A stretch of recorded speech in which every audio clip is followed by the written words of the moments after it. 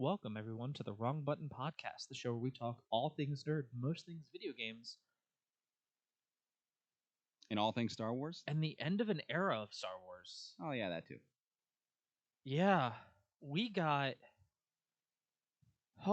So happy! Happy May Day! Happy Mayday.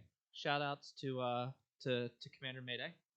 You know, the turning point of Crosshair's entire arc. A real one, truly. Yeah. So final episode of the Bad Batch just dropped. So for the audio listeners listening on Saturday, if you didn't join us live on Twitch, we actually just finished the show 5 minutes ago. Lot to process. Yeah. For those of you who were with us last week talking about our predictions for how this was going to end, that got thrown out the window for the most part. I think one thing I predicted came true. Yeah, which you predicted to a T, actually. Which Yeah. we'll get into when we get there. But I thought it was going to be a little bit longer, to tell you the truth. Chris and I, we actually did the same thing. Fun fact, you guys are getting us caffeinated Yeah. and Thank you for that, by the running way. on sleep that was almost not almost a full 20. It's getting close. Yeah. Very little sleep. 2:30, he was up. 3 o'clock. 2:30 for the gym. Yeah. I was up in the morning, not afternoon. Yeah.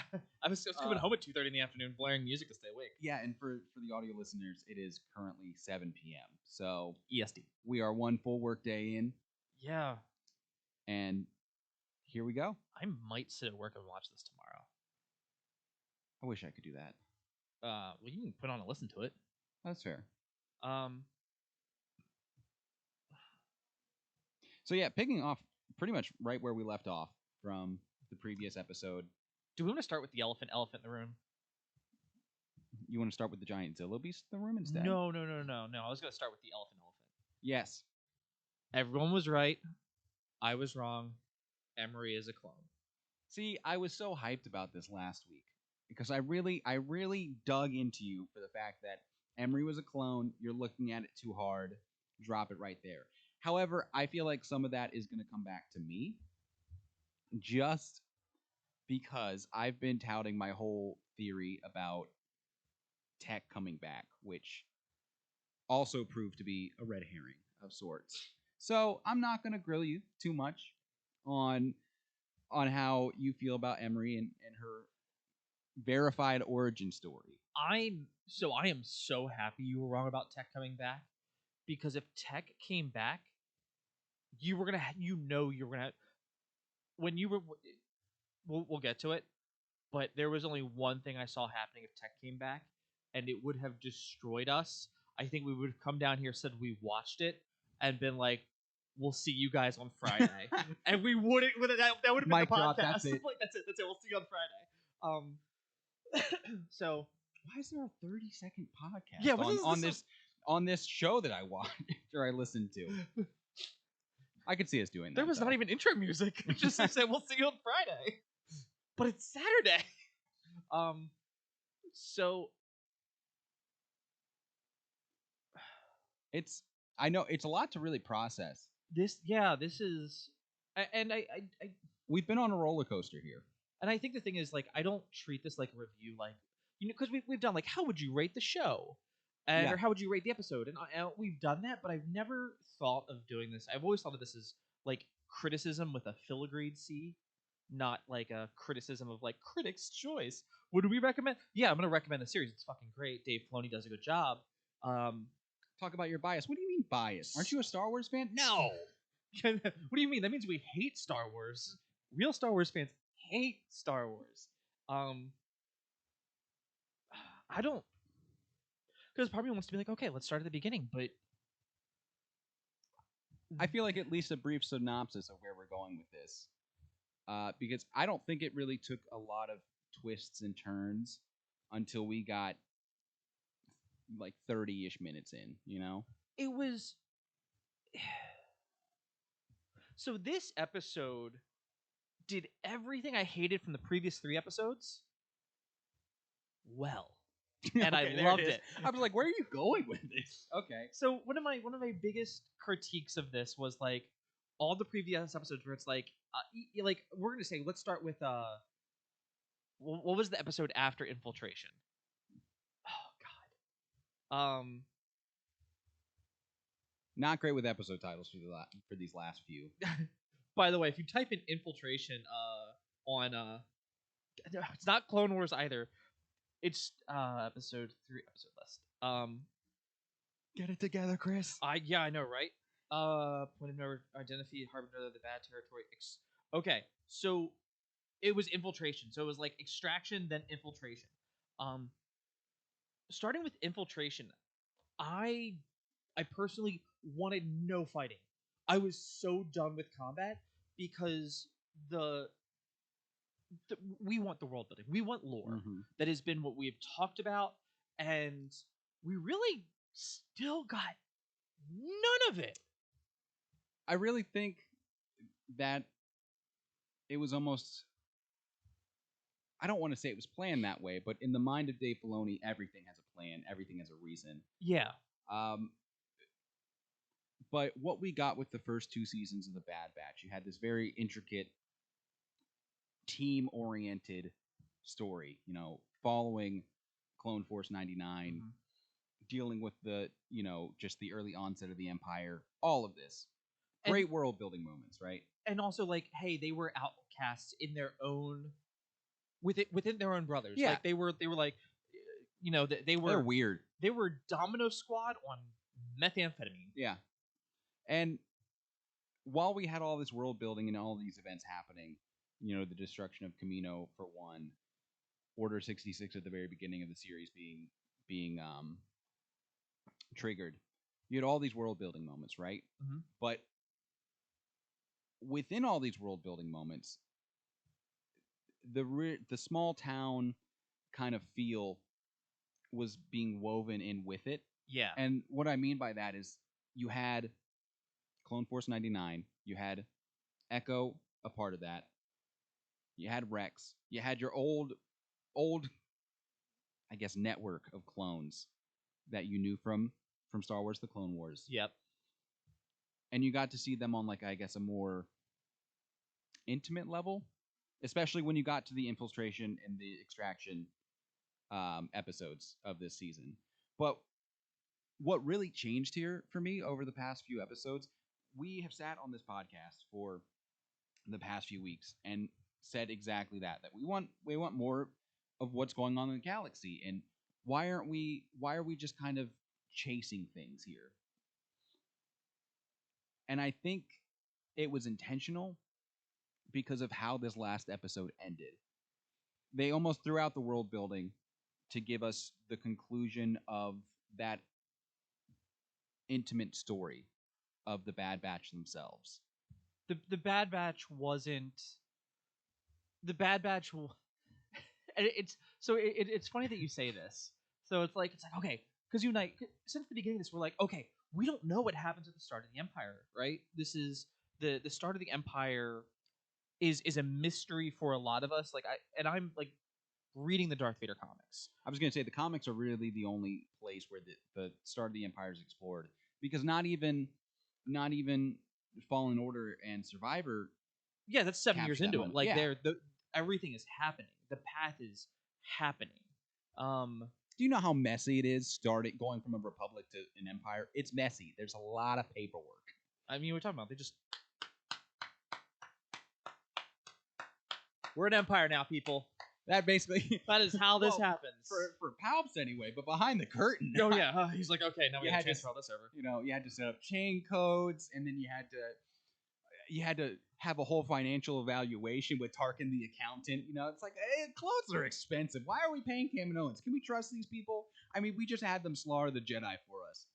What if they did that to us? So there's a lot of technicalities in this time period.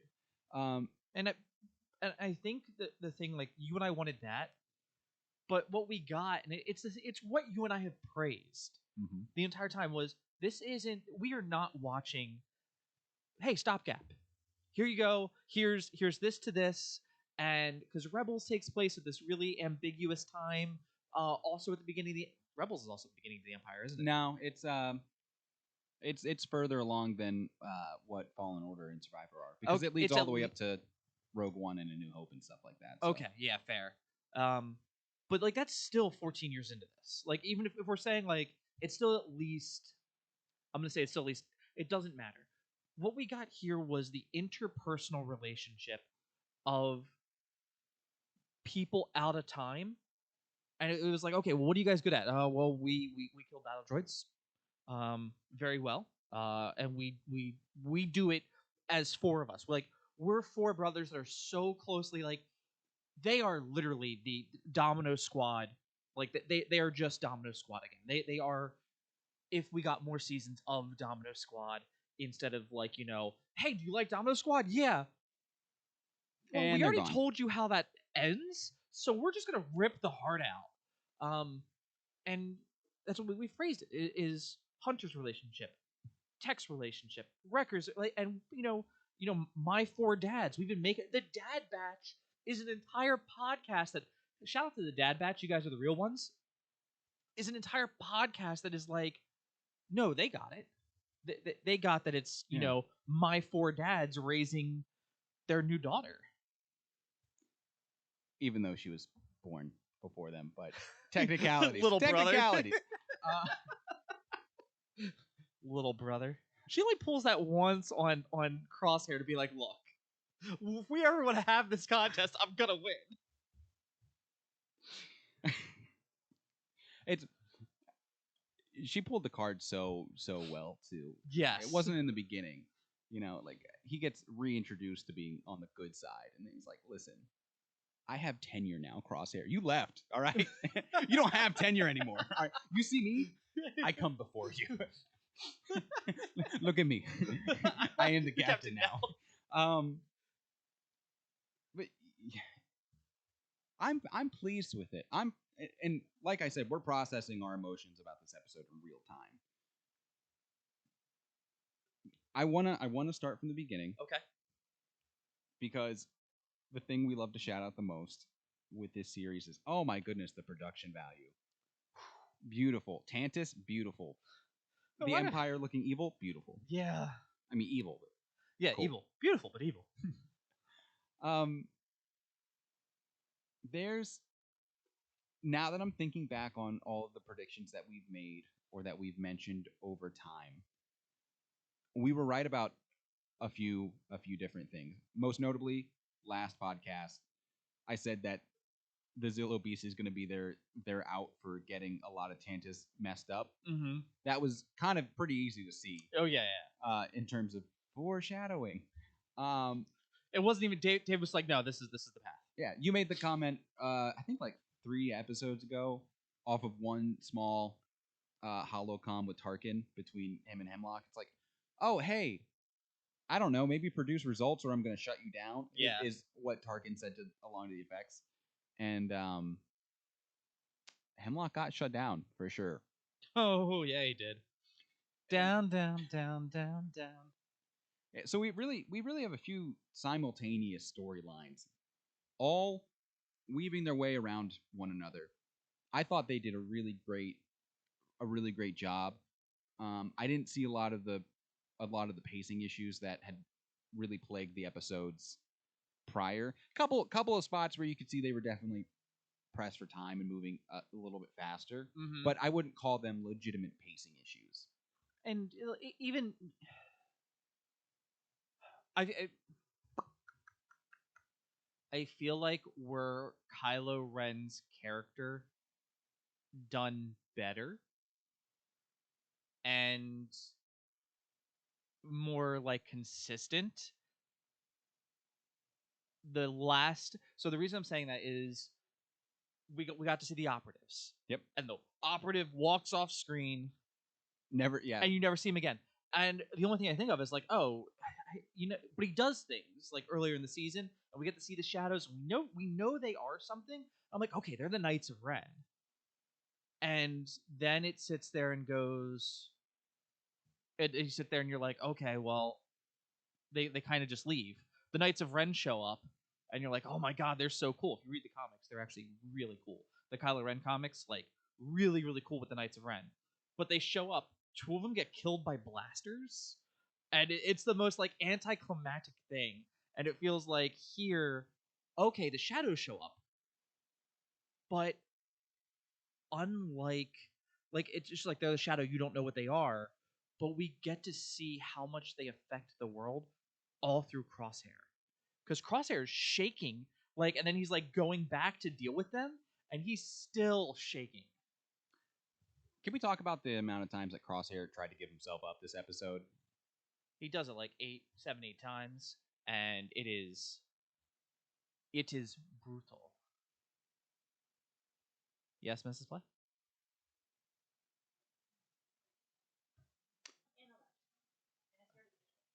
Okay. Nice little cameo from Mrs. Play. um, But yeah, no. So with Crosshair, yeah, coming back to this place, and he's really the only one of what's left of Clone Force 99 that knows the perils of Tantus and like what's really held in there. yeah. Um, and so it makes sense why he's trying to make this kind of sacrifice, because he's trying to shield his brothers from the absolute heinous things that are being performed in this evil place. And for like, cause you're right, like at the beginning, so it starts off like, okay, they're gonna get in. Mhm. Wrecker's wounded. Because when is Wrecker not wounded? Because he's such an OP character. He's a super strength, for Christ's sake. He does. You always have to knock him down a peg. You're like, all right, he can't breathe right, break a rib. All right, okay, now it's a fair fight. But that's actually one of the payoffs later in the episode, where we get the version of Wrecker that's just hell on Earth. So speaking of that, for this episode, Crosshair's like, no, I need to go in there alone. And to his credit, when he sits there and goes, look, Clone Force 99 died with Tech. We are not that squad anymore. If we had him, sure, fucking let's storm the base. It'll be fine. We'll do this. And I have no qualm that we wouldn't go in there and be like, all right, bitches, we're in this place. But he is like, without having Tech, and part of me is like, oh no, this is him grieving Tech. This is him going like, this is Crosshair saying, when Tech died, I also lost a piece of me. And I think it's the first time that we ever really get him to acknowledge, like, it is. oh no, I've experienced loss. I'm grieving, and I'm grieving kind of being a bit of a jackass, and a few other things. Like he's, after you point out last season that like Tech got his moments. We saw so much growth. Look at who this character is. Look at all this personality. Sure, he might be on the spectrum, but it doesn't define him. And we watch the interpersonal relationships that we love, and then it's like, and he's gone. And he's gone. and this season we're like, okay, interpersonal. Oh fuck, Crosshair's back. Oh fuck, he just has alone time with Omega. We love Crosshair now. Oh no! Oh no! Oh, he's done. Oh yeah. And this episode. Oh. And I will say, a lot of the scenes on this episode bucked my expectations of what was going to happen, because when you're watching a Star Wars project, you always have, no matter what it is, no matter what time period, you always have expectations on how something is going to play out. Mm-hmm. And that's a lot of the fun and also detriment of being a Star Wars fan. That's where a lot of people get their expectations up. And I've talked many times about how, as Star Wars fans, people don't temper their expectations enough. And so if they don't get the payoff that they're looking for, they're like, oh, this sucks. I don't like this anymore. It didn't fit with what I wanted to happen, so I'm sorry. I want Darth Revan. Yeah. Where's Starkiller? Listen, that's me watching Revenge of the Sith every single time and wanting Anakin to make the right decision. He never makes the right decision, people. I'll keep watching and think I'll ending keep watching might change. The one time you different. don't watch it, the ending's gonna change. That's how this works. Did you guys see that new Revenge of the Sith ending? 20 years later. And so I've been mindful about that a lot lately, and especially jumping on this podcast after watching the episodes. Like, yeah, the stuff I thought was going to happen that I was looking forward to didn't. Am I disappointed? No, because what I got was great. You're right. I think this was. I think this wasn't even me wanting to say like Dave Filoni subverting our expectations, because a lot of the times as humans, if it doesn't pay off exactly how we would enjoy it to, or we expect it to, we do hold that against The creator. the creator, or against the property itself. But then let's see, let's go into the last season of the Clone Wars. I think we walked in to that with no expectations of just, okay, we're getting this. Holy fuck, who's the Bad Batch? Why is Anakin so cool? Like we got all these things, and it's like, Yeah. what's Ahsoka up to? And we got the arc no one liked, but it was about interpersonal relationships and how that was the conversation from KOTOR 2, which is, no, you're just a jackass with a laser sword and magic powers. Like that is what that entire arc was talking about. And it goes to show how successful Palpatine's propaganda campaign against the Jedi was. Yeah, So it's like by the time Order 66 happened, they were gone. Everybody was like, okay, yeah, the Jedi. Okay, cool. The Jedi aren't here yeah, they anymore. suck anyway. Yeah, it's Which, to fine. be fair, they suck. They at the end of their rope, they sucked. Yeah. They were awful. And Past their prime, we former had glory. we had we had that. So we had the ending of the Clone Wars. We had something we had no expectations for, and we got that ending. And then coming into this one, we're like, okay, well, we had the ending of the Clone Wars. How are we going to end this one? And it set us up the entire way of like, okay, we watched one member die, and this season, like, every one of us, Mrs. Play, your significant other, myself, we were all like, okay, who's gonna be the one that's left? Yeah, we were not. Like, they're probably not gonna kill the kid. But I mean, in Star Wars, you can't always say that because they, And yeah, so we should probably get back into like what's going on? what's going on in this story. What's going on? So Wrecker's hurt, and they make their way into into the base, and we get the talk between Echo and And Emery. Clone Emery, I guess. Yeah. It hurts For so yeah, much. for people who have been listening for so long, Chris has always bucked the idea, the notion that Emery was a clone, and that's because Dr. Carr, because Emery has a last name. She has a last name. It was too convenient for her to be a clone and just be like, Omega, you should trust me. I'm also like you could. But you it could just see wasn't. You could see it in the resemblance. That's just the anyway. We're not gonna rehash this. When she finally lets her hair down, yeah, I can see it. But when she's all uptight and walking like an Imperial, nah, you you're can't an see it in the agent. eyes. No, that was a character design joke, but it's a Oh. different story. We'll get there. So they're having that conversation, and Omega's back with the kids, and she's like, "All right, guys, we're gonna enact the plans. We've heard the laser fire. That means we're gonna get out." And they're like, "Well, what are we gonna do?" And they do it. Yeah. So let me start with Echo and Emery, because we got that. There's been a lot of There's also been a lot of character development with Emery this season. Especially at the start of the season when Omega was locked up in Tantus the first time. We got a glimpse into what Emery's character's like. And when Omega escapes Tantus the first time, she gives Emery the chance to go with her. It's like, hey, you know what they're doing here is wrong. Come with us. And she refuses. She's of the mind. It's like everything's better if you just follow orders. We are doing something to help. Everyone here plays a part. She literally says everyone here donates. Everyone here is resourceful or something like that to the Empire. She's leaning on that nice Imperial propaganda right there. Yeah. And there were WMDs. Of course there were. And we got the solo episode. I'm blanking on the name of the episode, where we get to see Emery as the chief science officer of Tantus. Because, she does what anybody else would do. The job position is vacant.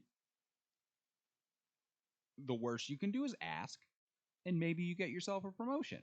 So she gets that promotion, and then immediately she's led into the vault where she's never been before, and in the middle of this top secret base where nobody knows the coordinates to, in the most secure room, in air quotes, secure room of the facility, and what's in there?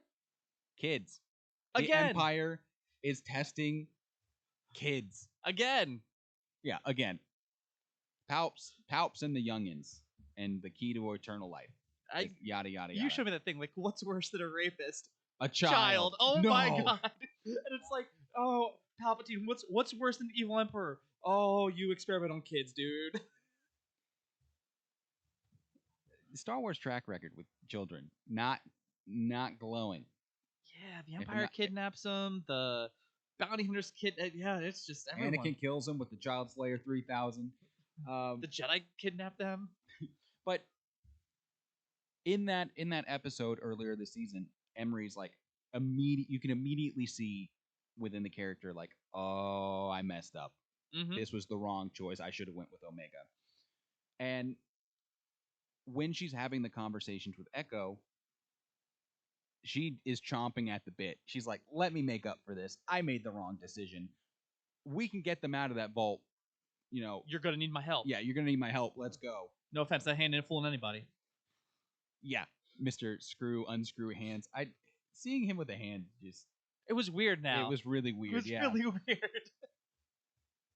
All while they're having this nice personal conversation, and Hunter and Crosshair and Wrecker are making their way into Mount Tantus. 5 clicks out. 5 clicks out. Really, what is a click? Kilometer. Well, yeah. Okay. Yeah, but do they have yards in Star Wars? Okay, they have meters. That's 5,000 That's meters. fair. Anyway, with those two storylines, we get to Omega, who is pulling the most prison break of prison breaks that this is textbook right here. Down to a prison shiv. Like, she's knifing people, knifing droids. Oh my god, she literally does do. She MacGyvers her way out in ways that make no sense. Which is great. Can we talk about the prison thing? Because I love it. So Omega comes in, and this is really Omega's chance to shine. Notice what she has though. She's got 4 people that she's gonna get out with. Like, I was like, oh, if everyone dies, here's our new Bad Batch. Yeah. Here, and she's looking at the kids, and she's like, okay, this is what I want you to do. And they're like, hold on, Omega, like, thanks for having faith in us, girl. We're kids. Yeah, we don't know we're not soldiers. We're not doing this. Like, we'd be terrified. She's like, don't worry, I got you. Just do this. So they get the droid that's in there watching them, to like try to fix the game, and she literally stabs the droid in the back. It stays on its hover. She goes in the back and she starts poking in the circuit board. Now, traditionally, when you want to override something circuitry, you jump something, which means you have to have a connection between one node and another node, and that's how you. She's just poking it, and then it reboots. She's working on it. This gets the other doctor's attention. The other doctor comes down and is like, "What's going on? Where are they?" And she's like, "Where are who?" The other children. She's like, "Oh, they're over there with the robot." And she's like, there was nothing scheduled. You don't find that suspicious? Well, she did find it suspicious. She just didn't act fast enough. She didn't act on it at all. She's just because like, she was too busy taking her victory lap against Dr. Carr because they were natural adversaries. Yes. You know, I'm blanking on the doctor's name. I don't we're care talking about because I don't care about her either. Dr. Chloroform. Yeah.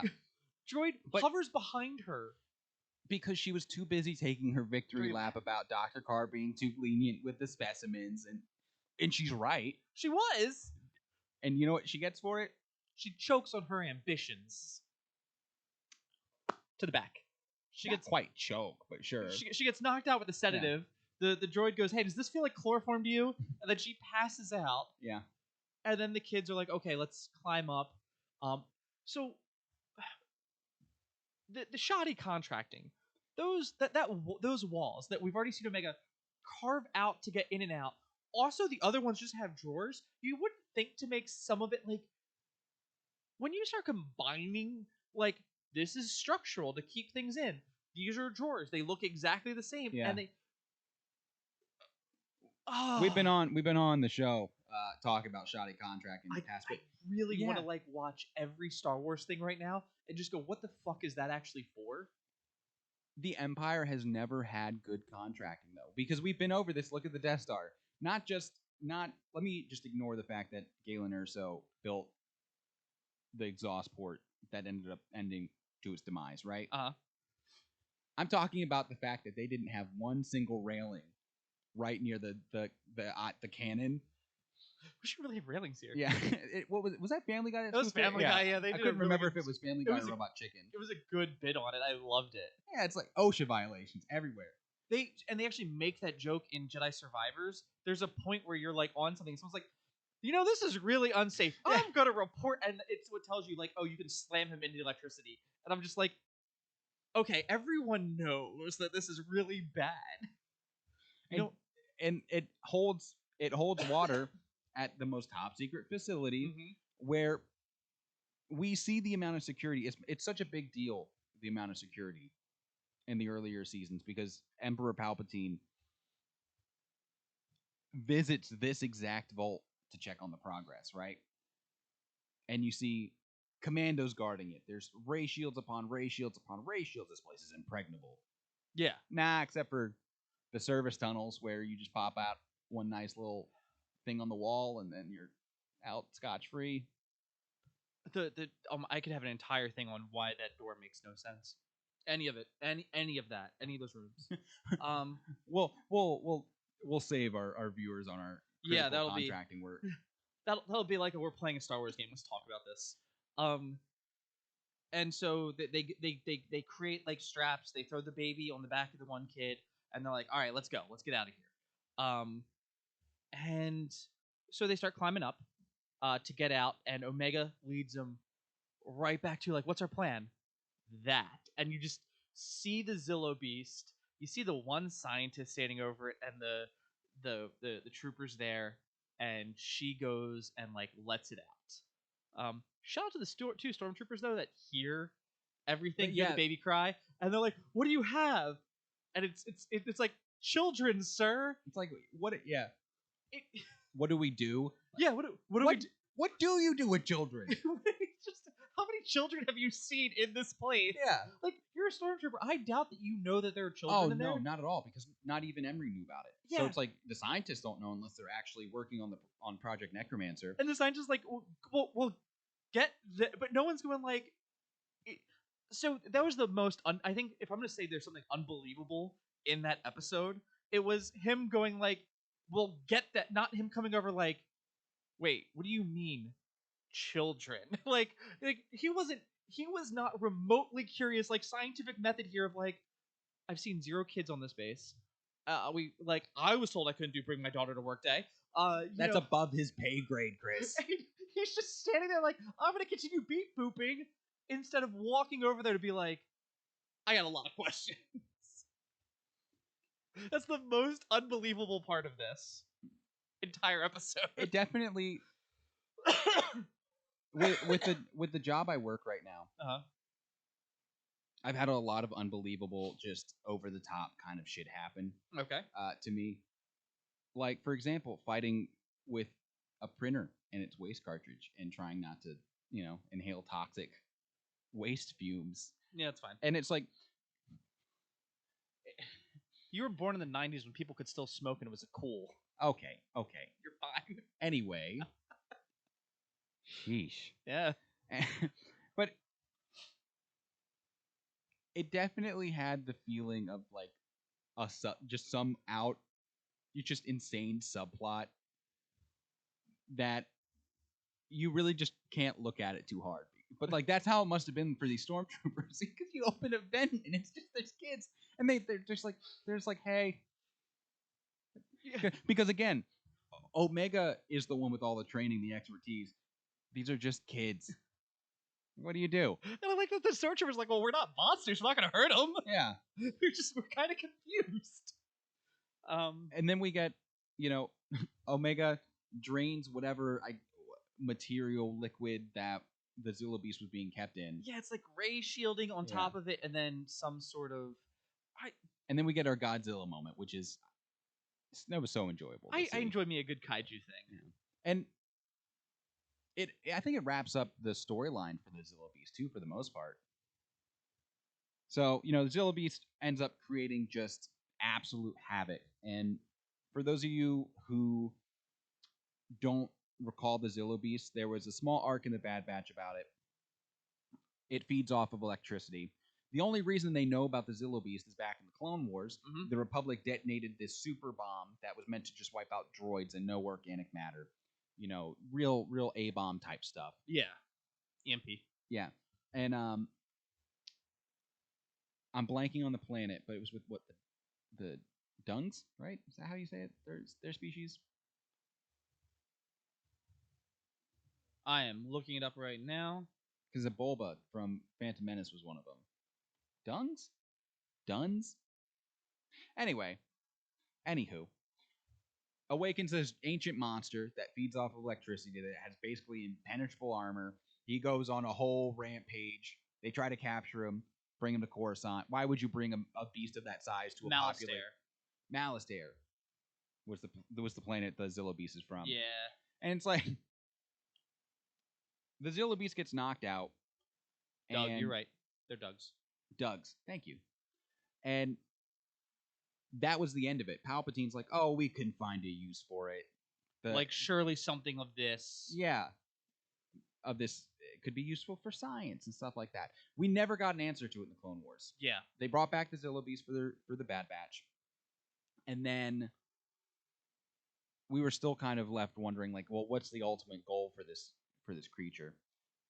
Well, the ultimate goal is that you shouldn't be housing giant creatures like that, because no matter how good your safety protocols are, it's not going to work out for you in the end. Especially when a literal child can deactivate them. Yeah. I feel like there are a lot of literal children destroy the Empire again. The theme of today's episode is why, if you're running an empire, you can't trust children.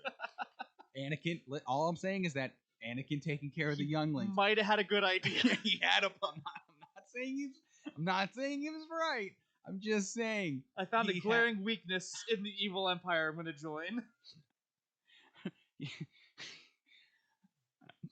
The buck stops at promoting child murder. How to get banned from Twitch in 24 hours or less.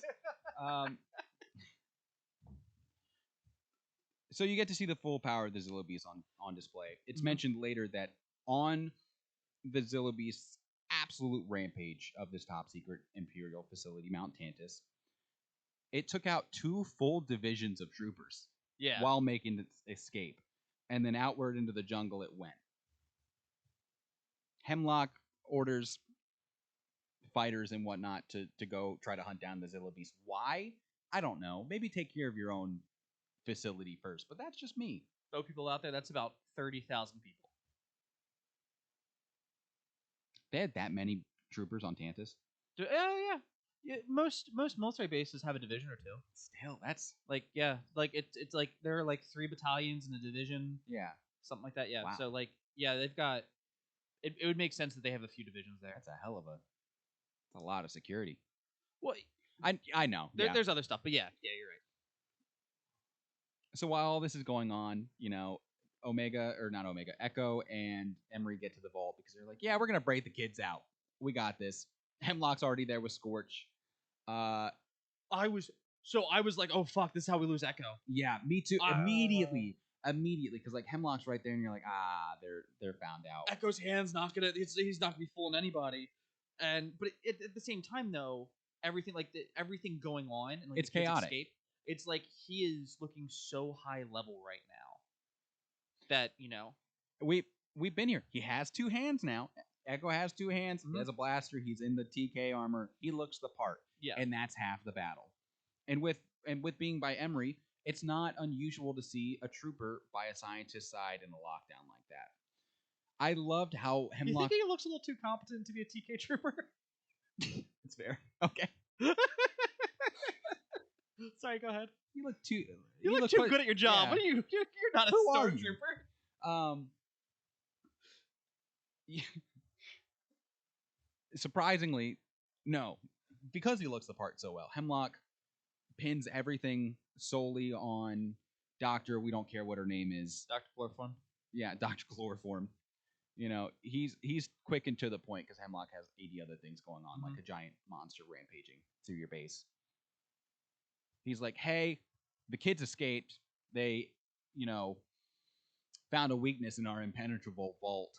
Can't even call it a vault anymore, really. Yeah. Dr. Chloroform. It's all because of her.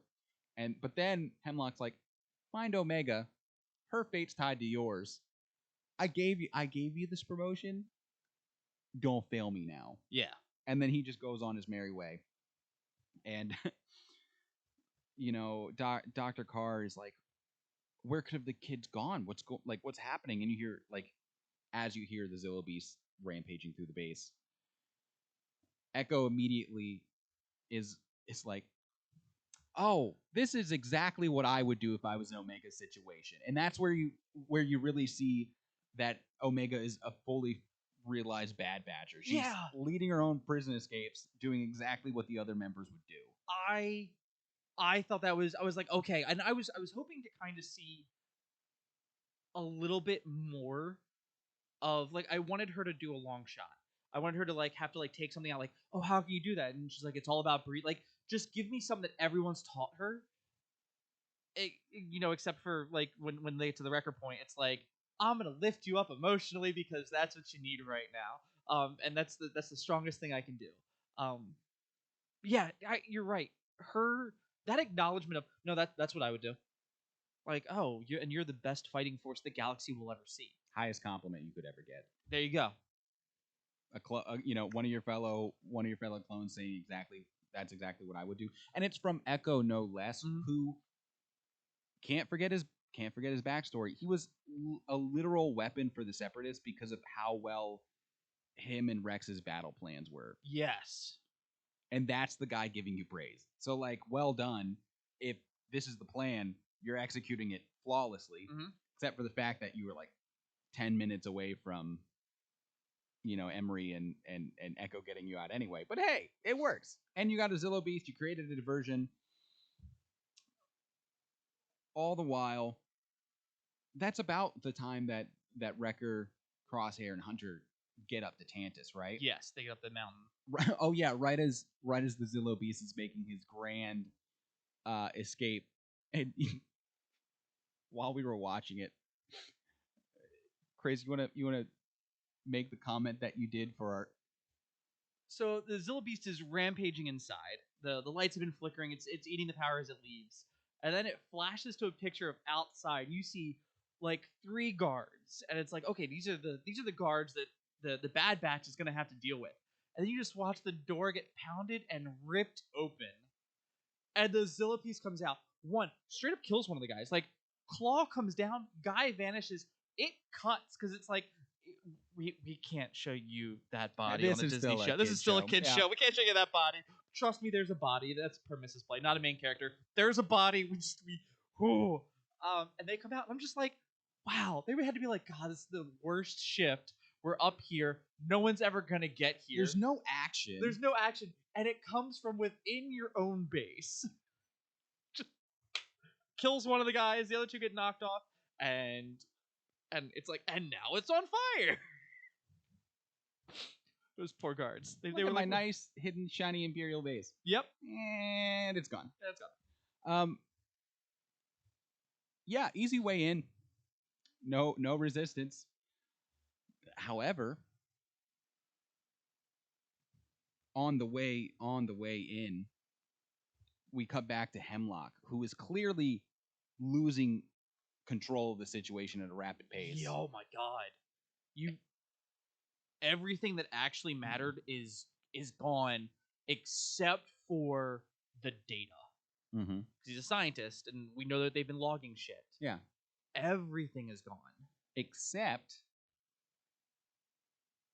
for the fact that he had 4, in case of emergency, break glass. Shadows. Yeah. So, well, he actually had 5. Was it 5? It's 5 because it's twin sword, Yeah. it's blaster, Yeah. it's sniper, Mm-hmm. it's spear. And I thought there was one other. It was. You were right. It was like a direct foil for the Bad Batch. So Yeah. I think it was either 4 or 5. Well, no, it might have been 4 because one of them was already dead. Um, it was one for each of the adults. Yeah, the 5th one was already dead. And let's talk about how that scene opens because we've seen this room before. We've seen them look at the red lights. So I was like, "Oh my god, he's about to give us like an imperfect clone Jedi. This is going to be your star killer." Oh, that's where you went with it? That's where I thought it was going to go. Is this I'm like, "Oh, here's Dave going like, "Hey guys, here's Star Killer." And he's going to be like throwing lightning and like the lightning's going to like eat through him somehow and like he's going to die because he can't hold the force in him. Almost as if he was releasing like an early prototype of what they've been working on this entire time. Yes. Okay, I can see So, where you're going. I was like, okay, it's a Jedi. He's like, it's not ready, but I don't. What else am I supposed to? I need like this will be a perfect because at this point we still don't know where it's going to go, and based on previous assumptions was like the base might get destroyed, but we know Snoke's there. We know that this is still an issue that they're dealing with in the Mandalorian with Moff Gideon. Mm-hmm. So we know that all the data, like stuff, is there. Like I was working under the assumption that like they did something like a net positive for the Empire, but like they made the strive. And that's where we both were And up then until the end anyway. And the fact that scene was literally a Darth Vader scene. It was facing away, the helmet gets lowered, Yeah. and I'm like, oh, they're doing the Darth Vader version of Starkiller from like the Force Unleashed one or like whatever it is, like where he actually looks like he could be a Darth Vader. I was like, that's what we're gonna get, and he's gonna like they're gonna beat him by like, hey, these conduits, Bad Batch, we're ragtag. We got. They were, but they were going to be fighting a Force user. Instead, we just got not quite enhanced clones, but these are clones that have undergone what Hemlock called reconditioning, and it's mentioned later in the episode that only clones that are deemed suitable go through this kind of arduous re-education, brainwashing, whatever you want to call it. And like I'm like, what do you call suitable? Because like the Commandos are superior and genetically perfect. Hey, do I look like an Empire scientist to you? I don't know. But I was like, okay, maybe they're because now I'm thinking like maybe they were ARC troopers because like that was Cody's thing, right? It was like, or no, Rex was like, you look like ARC trooper material when he says that to Jesse. Oh my God, Cody never came back. And that's where we're gonna end on all the things that like I still have so many questions. Yeah. That's something that didn't even cross my mind because I was too preoccupied with everything else. Yeah. Now, all right. See, that's what we get for doing a podcast right after watching the episode. We haven't had time to like process each other text messages, like the live reaction. We're finding things out together. Yeah. It's special. Yeah, I'm glad I got to share it with you. Wouldn't want to share it with anybody else. Yes. But that's where we get this showdown in the hangar. Mm-hmm. And is that before or after Echo, Emery, and Omega and the kids meet up? I think it was before because we see the stretchers. Yes. Yeah. True. That's fair. To make a long story short, Hunter, Wrecker, and Crosshair, who are not at 100% at this point. They've gone through a whole bunch of crap. They ran 3.5 miles in the jungle. Wrecker tried to fight something 8 times his size because he needs to be nerfed. Yeah. Crosshair's PTSD in a certain way. They put up their best fight, but this team of shadows kicks the ever-living crap out of it, and they're vengeful while doing it too. Mm-hmm. They are everything like they are everything that we've only seen a few clones be. Mm-hmm. And those clones typically didn't last long. No. These guys, to be fair. And I loved the way that this fight scene was shot because there are 5 or 6 times where you think the Bad Batch is going to gain the upper hand, whether It's reaching for a weapon, trying to avoid a stun, trying to avoid being shot. And each time you see that, it's futile. Mm-hmm. Up until the point where you see Wrecker getting shocked like an animal. I didn't catch a lot of what was happening to Hunter throughout these scenes. It kind of got lost in translation for me. Oh, he was trying to get Wrecker out of there, and he got pretty much got blown up and ate the brunt of the ship cannons that rained in on him. Oh, right, That's yeah. what took So him that's down. okay. So that's who got there. Mhm. Speaking of which, Crosshair dealing with PTSD, sure, but he was cracking some shots. I guess He had a really stable firing platform, but well, yeah, it was. yeah, he had a stable firing platform in the barricade, but there were a few shots where, for example, when he was taking down the shuttle, the pilot. yeah, he free-handed that thing. That was that was the Crosshair of old, pulling out some vintage stops in big moments. That's veteran leadership, right? Yeah. there. Me throwing all the sports terms that I can into one into one scene. But in the end, it's futile, and Crosshair is seeing what's happening to Wrecker, and he's like, only thing on his mind is that he's got to get his brother out of there. And Yeah. he's trying to reach for a blaster, gets his hand stepped on. And the Shadow with the twin swords, what was the line that he uttered? It was the sniper one. It was the sniper one that he had battled with during infiltration. Yeah. And he sits there, and the Shadow looks down and goes, "You need to protect your shooting hand. Or be more careful with Be your more shooting. careful with Yeah. shooting hand." And you just watch. You watch the sword come down. Cut to commercial, because fuck you, Disney. Yeah, what the fuck, Disney Plus? Like commercials? Yeah, we're 50 minutes. Go fuck yourselves. There it is. Kill this PG-13 bullshit. It was Devastating. Like, perfect cut, beautiful cut. It in was terms a of, great like cut. episode wise. Great cut. Oh yeah, no. But wow, just I didn't think it was gonna happen. I thought something was gonna. During the break, we were all like, that they didn't just. No, they did. They did. They did. Okay, this is. Dave was like, "Nah, guys, you remember the last season of the Clone Wars? We're going there." But then again, is it really Star Wars if somebody doesn't lose a hand here and there? Is Crosshair Skywalker? He might be. Just had to throw that in there. Anyone could be a Skywalker. You just change your last name. But yeah, so they get their shit handed to them, and then it cuts to Omega and the kids making their way through the hangar, looking for the rest of the squad. They're not there, but who they do run into is Dr. Carr and Echo. And Omega's like, "Oh, it's so great to see you. Like where are the others? Like, we got to get out of here." Come to find out that they've been detained. I love the word detained in this. I honestly thought they all would have just gotten killed off at that point. I think Echo was like, kid, I don't know how to tell you, but things ain't looking so hot for you boys. Yeah. Had to protect her in some form. But there's decisions to be made, and Echo and Omega make the no-brainer like that. It's like, hey, Emery, you get the kids out of here. Spare the children.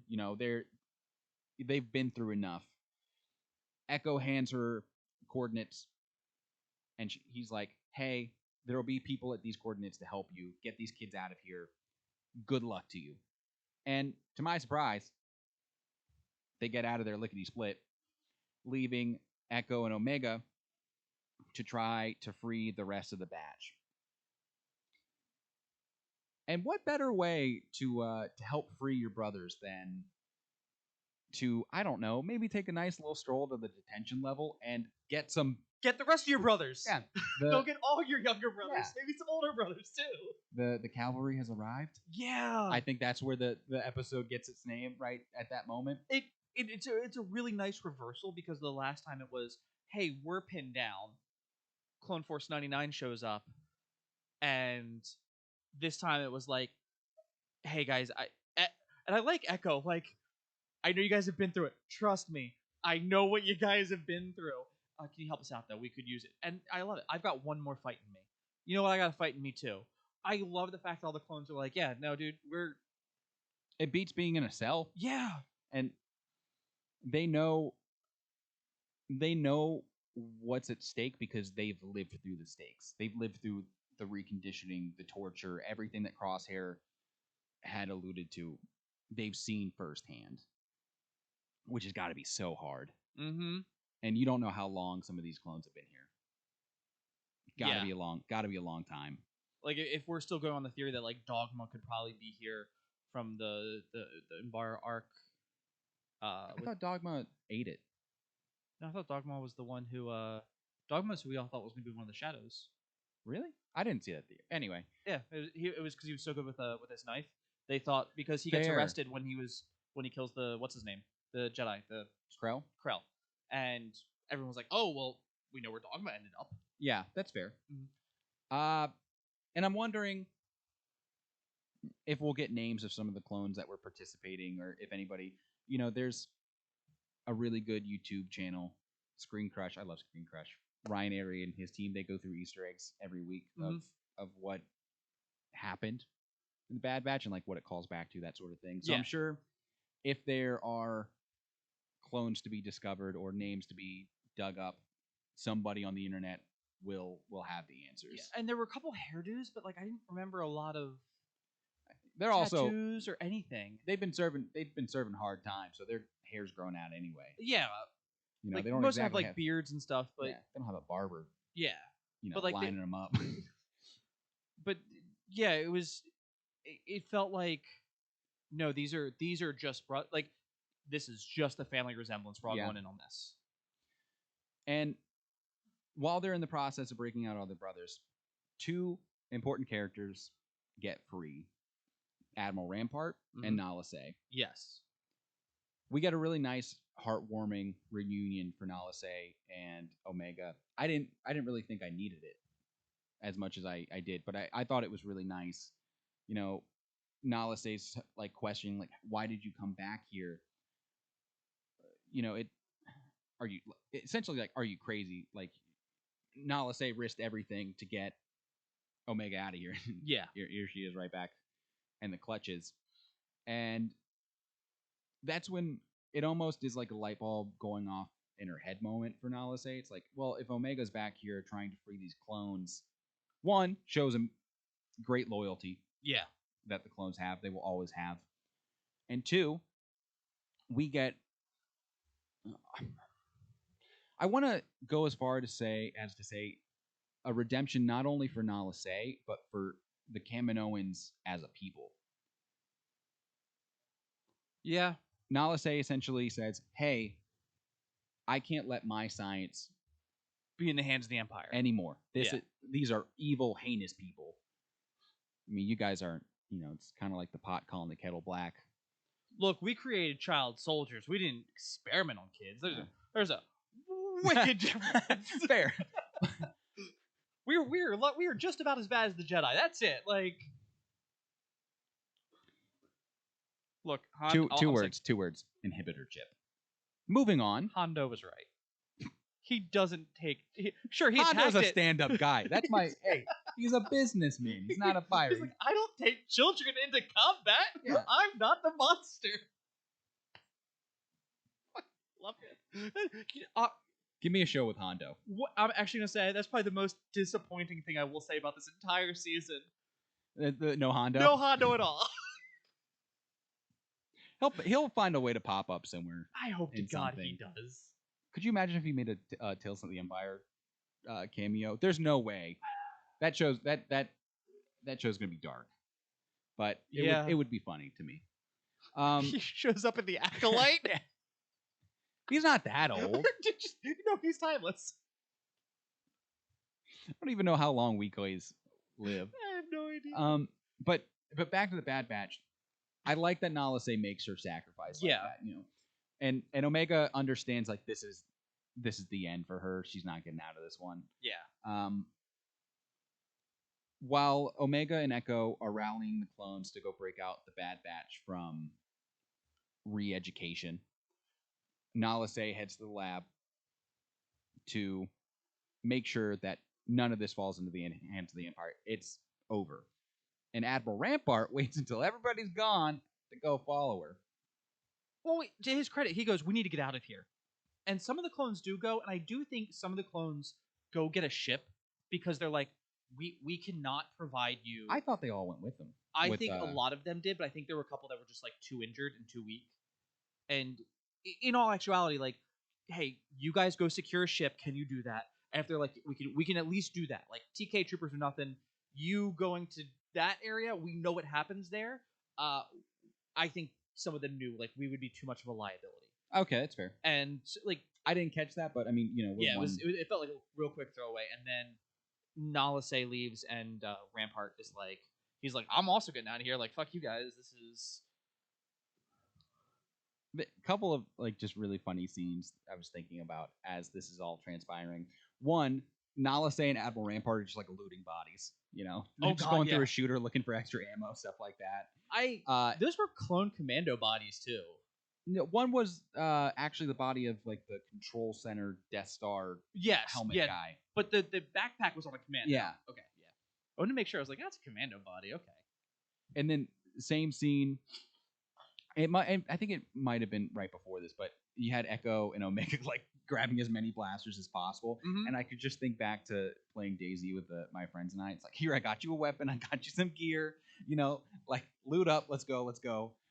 That's exactly how it felt. I was honestly expecting like them to be like, hey, grab the armor off, like at least grab, I didn't have time for that.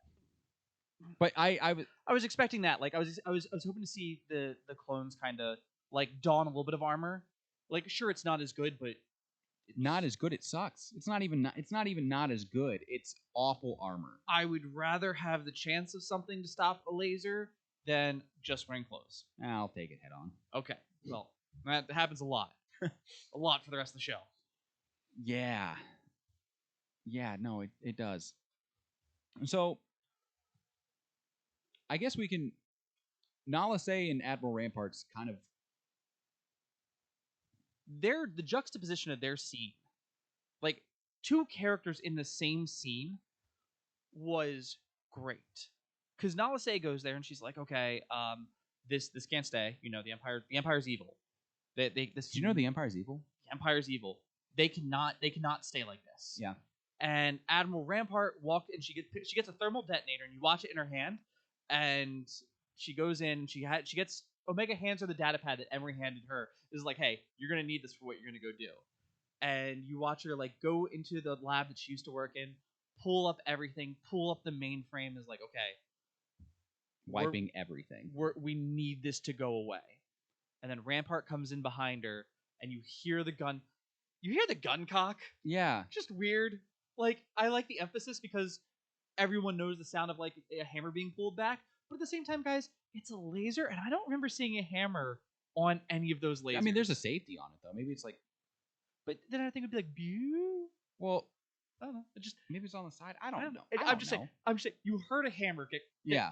Like like I've seen a western. I know what a hammer sounds like, and I'm like this doesn't make sense. It doesn't matter. You get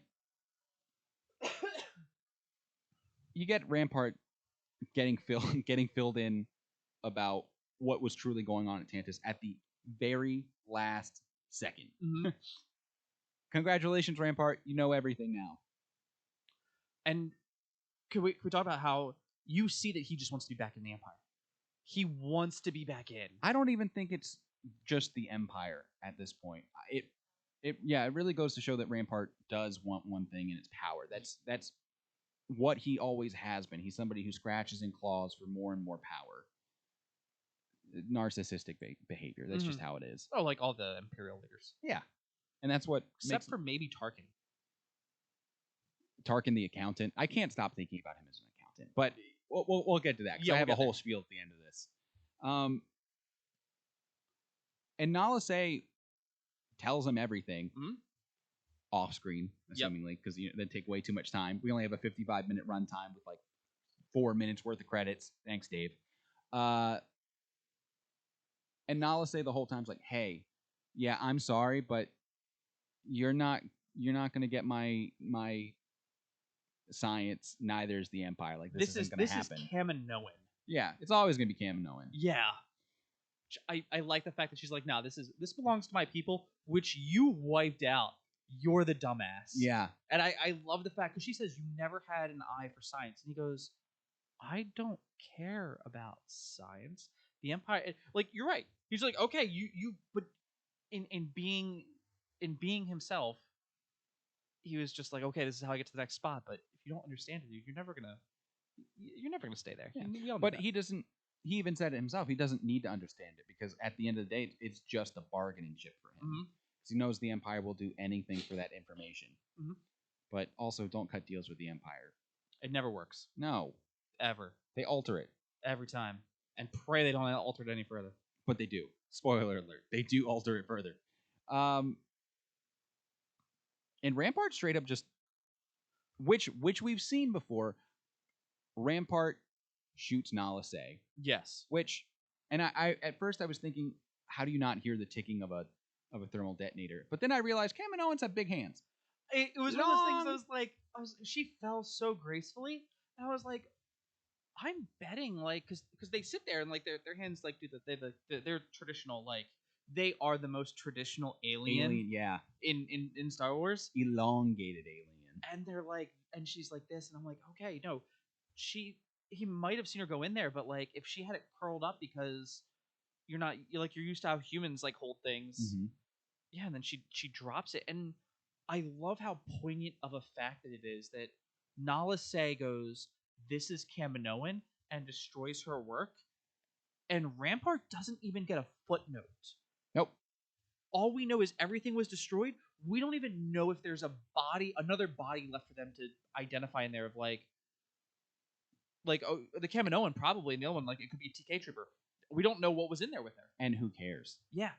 Because as far as anybody in the public eye is concerned, Rampart's story ended when Palps threw him under the bus for the whole Kaminoan incident.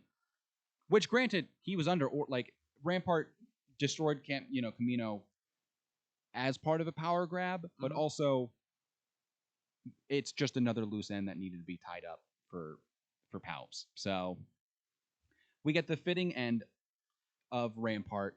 A good end for Nala Se. Yeah, and like having both of those end at the exact same moment in the exact same way, but one is like, no, this is good. Like you took everything that your people like contributed to science and said this will always now be ours. Mm-hmm. Start from scratch, and then the person who destroyed it, you also destroyed what was left of them. Yeah, and let him destroy himself in a way. Nice mutual destruction right there. So good. Such a good ending for that. And then we get the climax of the episode. I mean, there are I guess 2 or 3 different climaxes. Really, it felt like a roller coaster of an episode. Like different stories. Yeah. Yes. We get a mini clone rebellion. Yep. In its purest form. Echo is leading the bulk of the troopers to, I guess they called it like the training. It was like a training room. It's the room where they like see, do you have the potential to be a? So, did you notice the room changes? Yeah. So I'm almost wondering, are they all like slightly force sensitive? No, I think you're reading too much into it at Okay. that point. What I got from it is that, and you talk about Domino Squad a lot. It felt like the training grounds of Camino, where you have to display a certain amount of adaptability, and especially if the game's rigged against you, like it was in Domino Squad's case, or like it was when the Bad Batch had to take the assessment in the early episodes of the show, because Tarkin was like, "I don't believe you guys are this good," but spoiler alert, they are. Yeah. So you get the Bad Batch, Hunter, Crosshair, Wrecker. They're in this training room, this reconditioning platform. Mm-hmm. And, Echo and Omega are thinking on the fly here. Omega's like, hey, what if we can kind of get eyes in this room and see what's going on? Use the vents. Yeah. Worked the first time. I bet it's shitty throughout the entire facility. Yeah. And meanwhile, I guess Echo's making his way there with the rest of the clones, kind of in like a holding pattern almost. Mm-hmm. Find out what you're up against, and then go solve it. They get to this room, and the shadows look so menacing, especially the one standing guard on the top of this platform. Yeah. And this, like I said, this to me felt like Knights of Ren, but done well. We've seen them have action. They've kind of been sprinkled out throughout the story. Like if the Knights of Ren, like the last of the Knights of Ren, but we saw like a Knights of Ren or two appearances and other things instead of like the last movie. Who are these guys? They're the Knights of Ren. What do? They're just standing there menacingly, and that's all that they had. This was that story done very well. They were implemented. Oh my god. And a couple of thoughts. One, is that tech? No, is not that yet. one tech? Omega like calling to Echo on the comm, like in the vent. You're like 2 feet away from the vent is here. Where you guys are is where actually no, he's like across the other side of the room. And she's just like, hey, Echo, I'm sticking my head out of the vent. He's standing there menacingly.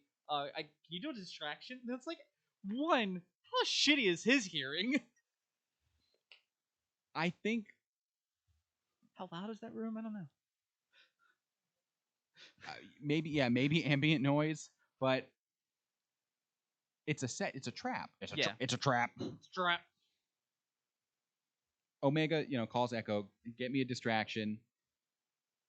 They arrive at the bottom of this platform, start causing hell, and they're met with the rest of the shadows, and they're getting mowed down. It cuts back up to Omega, and she gets out of this vent, and she's trying her hardest to free her brothers. Pitter pattering away on this console. Yeah. Looking back every so often to make sure like the one shadow guarding is not looking at her. And he's just watching the fight, Yeah. She gets noticed right before she's able to let go, to release the rest of the Bad Batch. Yeah, she gets like Wrecker is the one that she frees. He wasn't even freed though. Deactivated the most, I think. I guess if you want to call it deactivated the most, yeah. Sure. She gets grabbed. Mm-hmm. She puts she obviously, because I was like, and this is what we both noticed. The very beginning, Echo fires stun rounds, but the rest of the Bad Batch, no, they're in it to win. Even with the shadows though, Omega, like, she only fires stun rounds, but when they're going to rescue the rest of her brothers, it's the Echo's just murking everybody, just like, nah, you're all dying to me, you don't matter. But I love they're TK troopers, so it's like, why would he care about these human soldiers? But I like that Omega is sitting here and we never see her take a shot on them that's not a stun, because it's like, they're reconditioned. They are still brothers. They are still my family. And it was just a really touching moment of like, you don't want to do this to them. You probably still want to save them. A child's ideation of how it should be. It's oh god, it's hard. It cost her for sure, because she gets grabbed up. Hemlock comes onto the platform, and I love the line that he gives. It's like, clones are loyal to a fart. Clones are loyal to a fault, and it's your biggest weakness. Mm-hmm. Well, it's like, listen, if loyalty is your weakness, then I say you're pretty solid. It was your overconfidence is your biggest weakness. Your faith in your friends is yours. Yeah, like it was like we had Darth Vader. All the shadows of Darth Vader. Oh, it's outside. Okay. Sorry, I hear dogs barking, and I was a little concerned for a second. We don't know the dog. Yeah, I was like, where? But they were all Darth Vaders. Like, the helmet scene and everything. Like, it was just okay. And then it's, and then you have Hemlock. He is just the Emperor. He is the stand-in for the Emperor. Yeah, definitely big callback to Return of the Jedi. But as Omega gets grabbed up, it goes. The scene cuts back to Echo, and oh man, they got wiped out. These clones never stood a chance. And even Echo, he gets like a sword in the back. Yeah, he gets stabbed in the arm, like through, Yeah. and he gets pinned. He gets pinned down, and right as all hope seems lost, Wrecker finally wakes up from his big nap. Big guy deserved a nap, power nap, and nerf removed. Exactly. He just need to sleep it off. Yeah, sleep it off. And we get Wrecker in his OP super soldier human form because he breaks out of this, containment chamber that they're in, slams the piece of metal that's holding him, hits the one guy, and he's just going, he goes like over with the other clone. Yeah, too. he tackles the one guy over and says, "I'm gonna go down there. You go get the kid." Because Hemlock's like taking her to leave. Yeah. I'm gonna throw this out there though. There were a couple points though now where it's like, okay, we saw Crosshair's hand. They take shots at Wrecker and he kicks up at the last second. I'm like, oh, they're gonna be like, look, even someone is. I'm like, we're gonna Animal Farm him. Where in the very beginning of Animal Farm, the horse is like trying to break out and its strength fails it, and they take it to the glue factory. I was like, oh fuck, we're sending Wrecker to the glue factory. That's exactly where my brain went. I hate that that's such a good analogy, but you're right, because throughout this entire episode, we're just sitting there like, how is this going to end? Because none of these people show up in any other content. And yeah, so Hemlock sees the situation going sideways. The Bad Batch, Wrecker's wrecking things quite literally. So Scorch, Hemlock, Omega as their prisoner, they make a beeline for it. They're like, this is not turning the way we need it to. Let's get out of here. We can regroup on another planet. As long as we have, Omega, we're golden. That's all we need. They're making their great escape. Wrecker falls down the platform, and the brawl scene between Wrecker, the Shadows, and then saving Echo in the process, I thought was really well done. I thought that was really cool. Like I said, he's channeling like every ounce of strength that he has. It was brutal because like we're watching their helmets get, because I think their armor is kind of Zillow Beast laced. It seems like that, yeah, because they're shrugging off like the views. And that was one of my favorite parts of this episode, because if you need to kill somebody, you tap them. You not one blaster. I'm tired of one blaster. And these were systematic, like arms, two to the chest, one to the head, arms, two to the chest, one to the head. Yeah. And so these Shadows, man, they're getting mowed down at this point. They're, like you said, Echo made peace with his decision. Yeah. Wrecker did too, because when push comes to shove and they need to get Omega back, nothing stands in their way. And that's exactly what this entire second half of the season is like. Nothing stood in the Bad Batch's way from getting the last member of their team back. Nothing stronger than family. The power of friendship. So, you have that. You have that going on. Wrecker and Echo in a bloodbath. And then you have, on the top of the platform, Crosshair and Hunter look awful. Yeah. Whereas Wrecker enjoyed his power nap.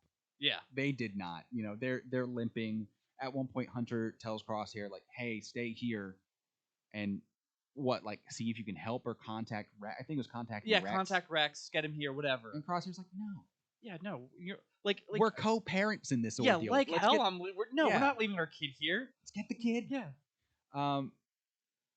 They chase after it, and a scene, we get into the scene we love. So many, I guess, meaningful environmental scenes. It really is the ending of Camino in the Clone Wars. Yeah. The show, not the I'm sorry, the movie, not the show. Like, when we're first introduced to Camino, it's this ocean world, pouring rain, storms everywhere. You have Obi-Wan and his mullet, beautiful self. Space Jesus. Yeah. He figures out that, hey, there's these cloners out here on a planet erased from from our archives, and they've been building an army for the Republic. That's interesting. From a Jedi Master that's been dead or missing for over 10 years? Huh. Weird. And That I kind of knew. yeah, you kind of knew. Yeah, He was a friend. he's like I thought he's like I thought he died years ago. It's like, wait, what do you mean you thought? Like, yeah. what, Nobody confirmed this. like what's going? Yeah, it's But plot holes, George. You get Kamino, and Kamino looks cool, so cool Oh, in God, Attack yeah, of it the does. Clones. And you have Obi-Wan next to his Jedi Starfighter, and he's doing the whole like, I've made contact with the Prime Minister of Kamino. You know, his whole spiel about, Yeah.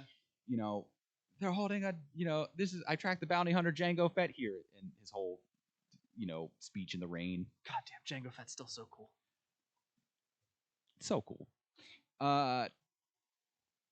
That's how you're introduced to Kamino. And here, Hemlock, Scorch, and Omega are on this platform above Tantus. Shout out Hidden Platforms, one of my favorite things. Very Kaminoan like, and it's pouring. There's a storm going on. Same feel as Kamino. Mm-hmm. They're making their getaway. We were all speculating what Hemlock had grabbed off of the shadow as he was leaving the facility. It's like this weird. It was the watch that he used in infiltration to like call a ship around and stuff. Exactly, and we were kind of wondering like what it was for a second. I think you were the first one to point out like, oh, it's the yeah. Yeah. I was like, it calls the ship. They're getting out of there. They're about to make their escape, and then all of a sudden, two perfect shots to the engines of this ship, and down it goes. Then you have co-parents of the year, Hunter and Crosshair. God, yeah. And we've played Republic Commando. We have. Watch our Let's Play Republic Commando on Fantastic. YouTube. Sponsored by Bacta. Don't get addicted, kids. No, do get addicted. It's worth it. It's worth it. Scorch, this commando who has had plot armor this entire time, gets gunned down. And we're looking at Hunter and Crosshair at 20% strength, probably, if that. And their aim apparently is at 100%, because Scorch gets hit with 8 shots, something like that, and then falls off the platform to his death. Yeah. And it's like the age-old Star Wars questions, like, if you don't see a body, they're not dead. That's the joke everybody likes to make. I can safely say that Scorch is not surviving that one. Yeah. I hope this time he does just stay away. Yeah. Then you get a standoff between Hemlock, who has Omega in binders, and Crosshair and Hunter. And Omega, I love how Omega was quick to point out, it's like, hey, you can't hurt me. You need me too much. And they know that. You know that. I know that. And Hemlock at this point, he's like a cornered rat. He's near the edge of the platform. And he's like, hey, if I go, you go too. It's like, but are you really going to do that? This is your meal ticket at this point. The only thing that saves you from being choked out by the Emperor. And you can see Omega. Did she tap something on him? Yeah, she makes like a tap on the binders, like a call, while Crosshair and Hunter are having the discussion on like, hey, we need to make this shot, and Crosshair's like, hey, I can't make this shot. This is not a shot I can make. Which I would trust the guy who just lost his shooting hand. It's not a shot that you can make. If you say that, sure, I believe you, because you just lost your hand. Yes. However, it was the hand that was shaking. It was a shooting hand. And Hunter's like, shoot for the binders. Omega knows what to do. Wait for her to make the move. And again, in true Prison Break fashion, Omega takes out her. It's like a scalpel, but it's basically it's a shiv. Oh yeah, now it's just a shiv. Yeah. We see her once again shivving people, and you called it perfectly. It was a shiv right to the thigh, enough to bring the binders up in the air, and Crosshair nails the shot that breaks them free. They put a couple more shots into Hemlock. He's dead. He's gone. Yes. And again, I love the blaster placement because we never get to see this precise blaster placement or multiple rounds. Like it's usually like one shot and they're down. I know it's like such a technical thing to really appreciate. But I like to know that my bad guys are dead. And if I was in that situation, I'm putting a few in them. Yes. We get such a nice reunion in the rain. Crosshair gets the first hug from Omega, which really is a testament to how much they've been through together, not only this season, but the entire series, because Omega was truly the only person that believed in Crosshair, even when the rest of the batch didn't. So it was a great payoff. And we get to see all three of them, hobble their way out of the base. And there was something that I skipped over. Tarkin calls and he's like, "Hey, I heard you had I don't know, a Zillow beast on the loose, rogue clones, your top secret base is compromised. How did you f up this spectacularly?" Oh my god, yeah. It was very much like I'm on my way. Yeah, spare me. I'm already en route, right?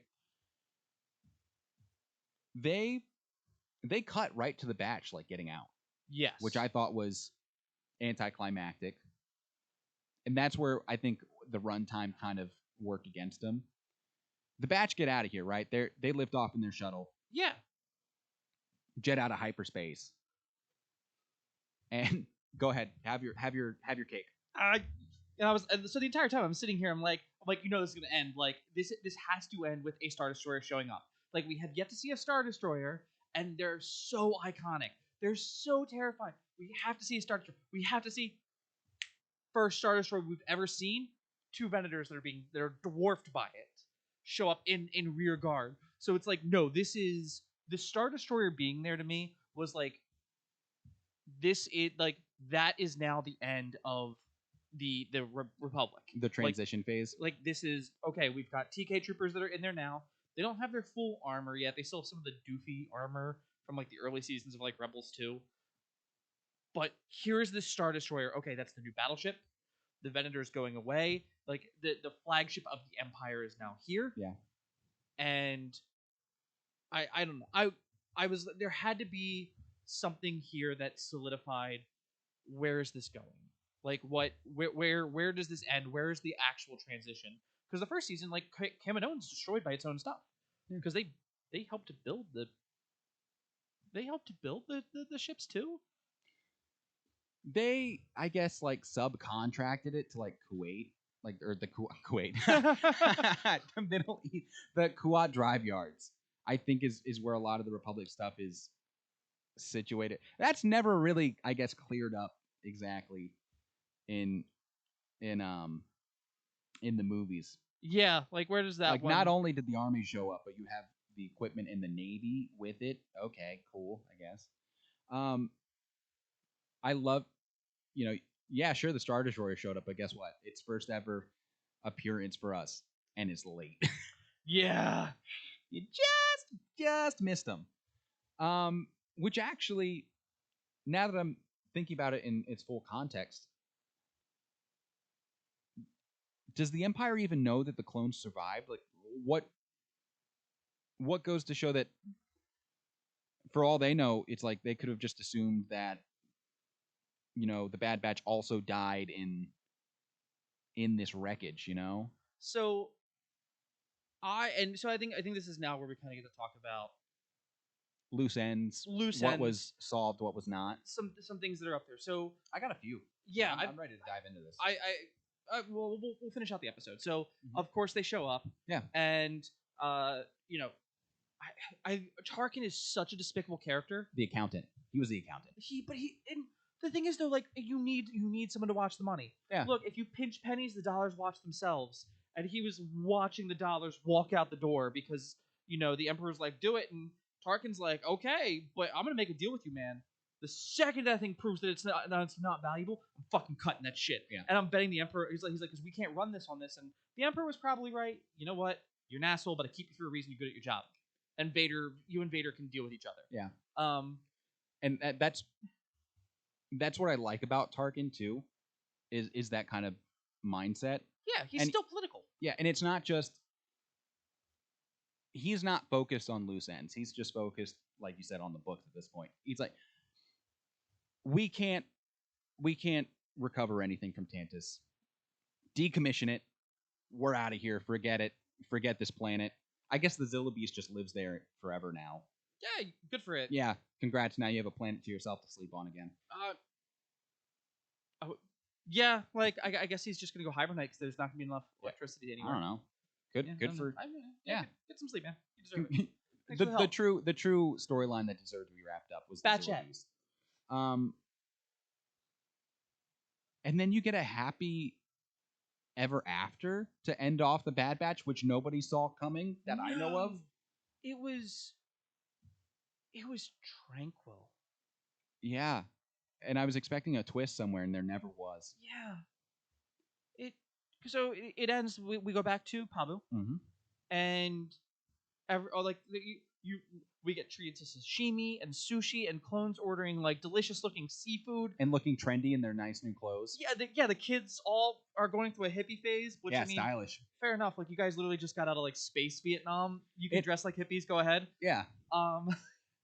And it's Hunter sitting there with Omega on while Wrecker and like we get the Emery Echo conversation of like, we didn't have a childhood. Everything was picked before us. You mean where she was confirmed to be a clone yet again, to your chagrin? But yeah.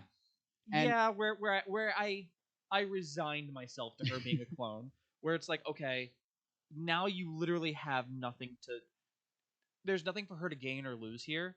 She like everything she knew is already done, so she has no point to lie now. Yeah, she's on her way to making amends for being on the wrong side of this whole thing. And part of me there with like the whole like, oh, where the other, what were we gonna say? Something. We're saying something about the clones. And I was like, well, Senator Chuchi's still doing that, so it's like you have the mini clone rebellion, but I'm betting this is now how we get to the Empire goes, look, we don't want the fucking clones to deal with it.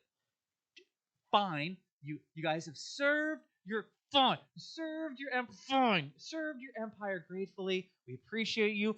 Go fuck away and don't come back. We thank them. Here's this nice ice planet. It's all yours. You three are problems. Go to the desert. Fish.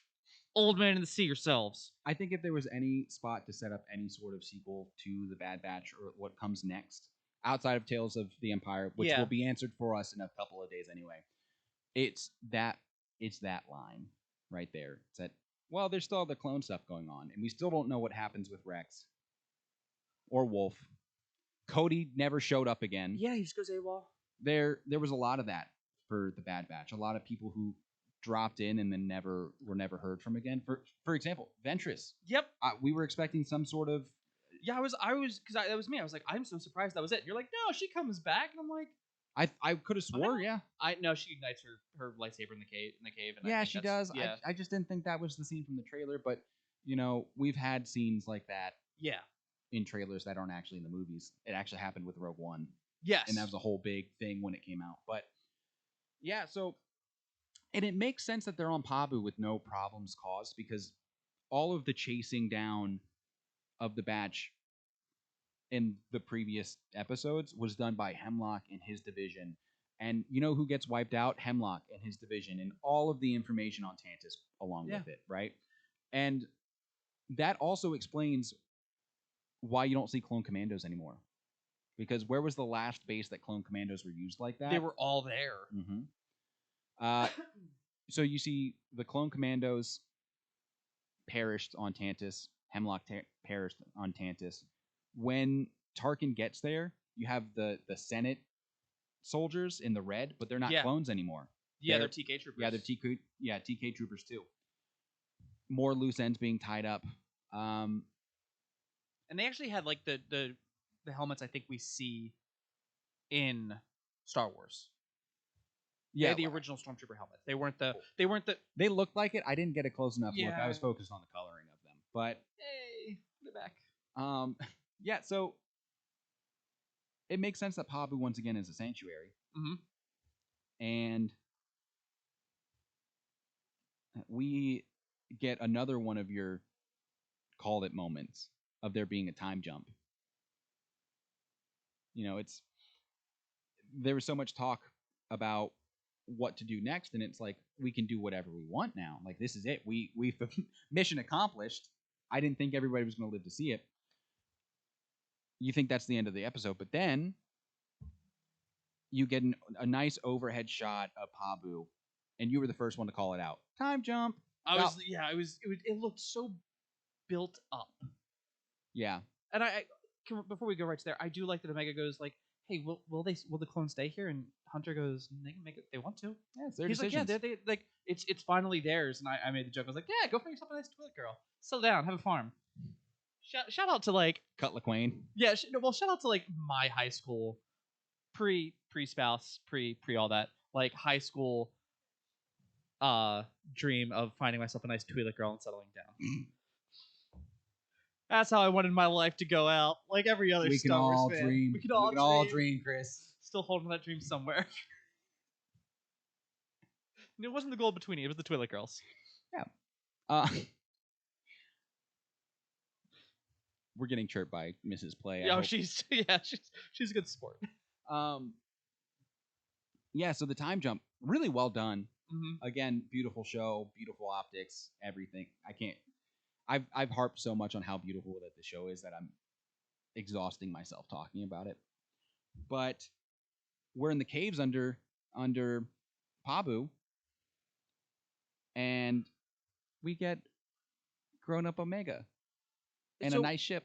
I saw the ship, and I thought, I was like, I wonder if this is gonna be a little bit older Omega, and we're gonna see Ventress. So I was expecting to see Ventress's lightsaber there, and it was gonna be, do you actually have what it takes? Yeah, I was also expecting Ventress at this point too, and what we got was so much better. And it makes me think like Omega doesn't have the Force. She's not Force sensitive, but she is a Bad Batcher. And I loved that more. You know what I love the most about the scene? Gonky showing up. Like the lights power up. Sure, you have old guy Hunter who is like, we seem to think is pretty much blind or close to being blind. No, he just said. I think it kind of looked like he's just old. All right. He's what's the difference? Anyway, sorry. No, I don't care about the ages. Like I like the blind people that we're not. They aren't their handicap, Tyler. Anyway, I've said it on this show since the beginning. There's the member I care the most in the Bad Batch, and it's not any of the clones. It's not Batcher. It's Gonky. It's not a tray. He's a battery who doesn't work well. He's defective. It's a defective battery. This is what a Gonk droid is. And he's just the cutest little guy. My TV, you know how like you name your devices? My TV is named Gonky at home. So Tyler, I love you. Your Mrs. Play, once she digs in her heels like this is kind of just how it is. He's now a trash can droid for her forever. She's not doing it to be obstinate. And you should feel bad. Oh God. Yeah, like I'll walk off this podcast. You, just how I lose one of my friend's spouse. You got rid of a good one. You remember what happened last night in Tokyo Vice? I need you to go do that. No, head down, beg Tyler's forgiveness so he doesn't leave. I'll stay. You can't get rid of me that easily. Somebody has to defend the goodness in this world, and it'll be me. Yeah. The pursuing scene with Hunter and Omega is so beautifully written, and also one we've seen before too.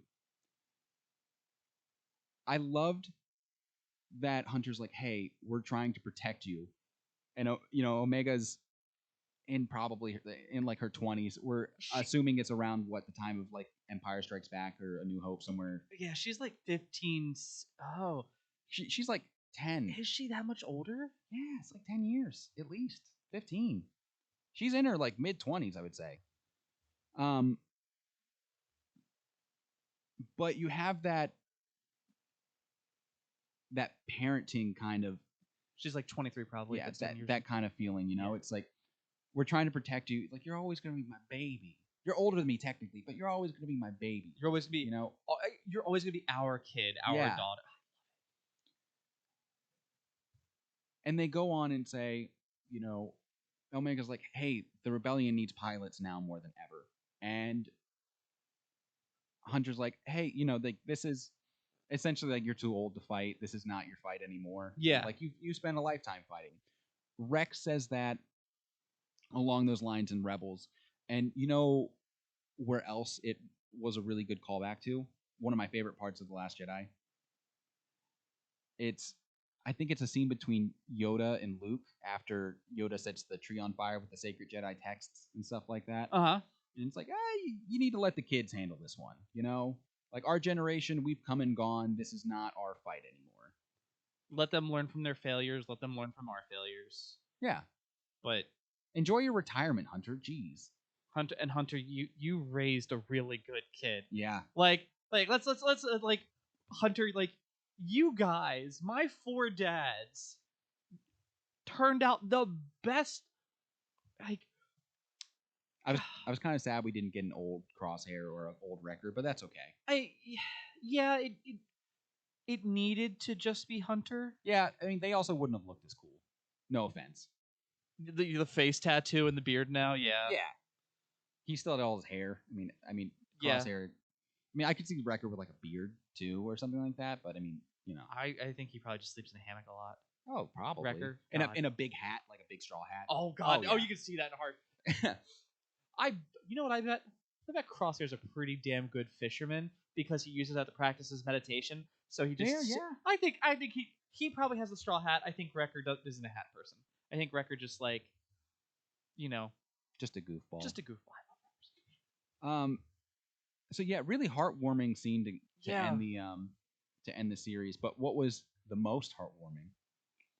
You have this, I guess, would you call it a shuttle? Or it's not even really like a fighter that Omega speeds off in. It looks like a smaller version of their original ship. It kind of reminds me of like a separatist. Yeah. Old transport like that. I'm kind of with you. Kind of like Ghostish, but not at all big enough. Yeah, definitely personalized. Yes. And on the dashboard of this old ship is Tech's goggles, and just the sight of them, I had like goosebumps all over, and I was like, it's because everybody remembers learning how to drive. Yeah. You know, whoever it taught you, you know, your mom, dad, family friend, that sort of thing, right? Who taught Omega how to pilot a ship? Tech did. And it's just like, there's always a piece of him with Omega. And that just... I also, like, they were over Tech's eyes. Like, he's still watching out for her. Like, there's so much you could see there. And I love the fact that when Omega gets on the ship and she throws her backpack over there, she still has her Bad Batcher, like, her stuffed ant. Like, there are certain things that's like, she's grown. 1, 2, the glow up, the hairdo, ponytail pulled back. Oh, yeah. Fantastic. The jacket. Not gonna lie. I was hoping that under the jacket was gonna be like, I was hoping for, like, hey, you look good in my old armor type thing. Oh. Like you know, like, or you know, because I think Crosshairs would have been too weird, but I think like Hunter having like the base armor. Yeah. I think it would have been good, like, with like that patch, or like if like you saw a helmet over there and it, like, maybe she has like her pilot helmet is Crosshair's helmet. Yeah. And like that was the only thing I would have liked there. But she had her like skull patch, so it's like, nope, you're still part of Bad Batch. You're still part of Clone Force 99. I was just enjoying it for what it was. Truly, it was a great scene. I think because I know I was waiting for a baton pass, and they did such a good job at like Omega, like, using a little bit of what everybody taught her, how to plan, how to track, and so I kind of wanted to see her take more pieces with her. And she took her childhood. We were up against the runtime. Yeah, come on. they were. She took her childhood with her, and then she had Tech's goggles. So like, It's Tarkin controlling the budget here, okay?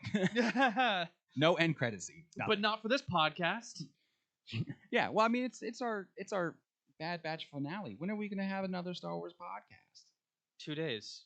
Hey guys, May the 4th. May the 4th be with you. So you guys be listening to May the 4th, so May the 4th be with you. Enjoy our live podcast, which will probably come out early afternoonish on May the 4th, depending on when we get together to watch Tales of the Empire, where we talk about that one and celebrate whatever we're doing on May the 4th.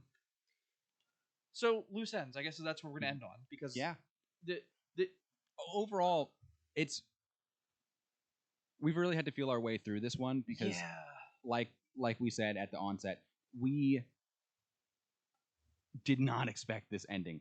I didn't expect the Bad Batch to survive. I mean, I've stopped expecting people to survive ever since I watched Game of Thrones. I expect the worst because it got beaten into me. Except for the last season. But watching all of the 501st pretty much get wiped out. Watching all of the 501st that we got to know at the Clone Wars get wiped out was gut wrenching. Are you saying that we deserve this ending? And seeing this, where it's like, okay, we had 7 seasons to really get to know them For what? the 501st. Yeah. So we had 7 seasons, and we watched everything go down. And here we got 3 seasons, 3 and a quarter. But it was only interpersonal relationship, and like them dealing with the changing times and raising their daughter, and it was just like, you guys didn't go in to fight a war, you went in to get your kid back. And it wasn't, we got to keep her out. Like, no, we need to protect you, Omega. Nothing else matters. Nothing else. Like, we want to protect you. And it was such a good, like, hey guys, you know what the payoff is for. I was listening today, like, there's a fantastic thing I subscribe to, it's Uncle Iroh's voice, like AI generated. Yeah. But it reads off really good memorable quotes, and it goes, the price, like the price of an easy life of discipline, is discipline, and the price of discipline is an easy life, or the cost of discipline is an easy life, however it is. But it's like, if you're really disciplined and go through it, you'll have an easy life. So we have really disciplined guys, they go in everything, and their life gets easy because of who their character is and what they went through to do it. And it was so good. And it's gonna bother me, I have it pulled up right here, but go ahead. But yeah, I mean, really, exactly like you said it. We had 7 seasons to really get to know the 501st, and then that 8th season of Clone Wars and how it ended was so gut wrenching. I mean, I cried. I'm not gonna lie to you guys. I was like tears on my face. They were just, Oh yeah, no, it that's was awful. Oh my god, it was horrible. You know, and you were saying, like, also the time it came out, right in the height of like the pandemic. Mm-hmm. Everybody's like still home. You're going through it, and then here you are. Here's your childhood ending on top of it. Yes. Star Wars: The Clone Wars is done, or so we thought. The price of an easy life is a strong character, and the price of a strong character is an easy life. Oh, So they were very strong of character, because it was only character growth. That's all this series was, and they deserve the easy life at the end. yeah, they do. And that's why I can really appreciate the good ending for Mhm. this one, Yeah. especially because, like we said last week, I wasn't ready for everybody to die. You know? Oh god, yeah. I think we were expecting to be down here, like, tears on our face, going like, okay, they all died again. At least Omega got out. You know? Yeah. But really, I mean, turned out easy, good, and it kind of answers something in Rebels of why the Empire doesn't brand Rex a war criminal.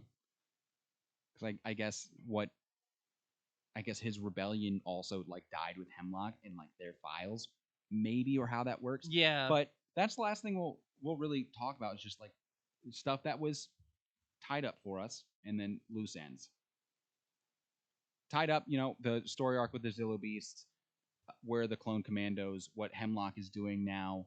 I really thought that some information from Tantis was going to survive, so that way we had the official precursor to everything that was happening in the sequel trilogy that led to somehow Palpatine returned.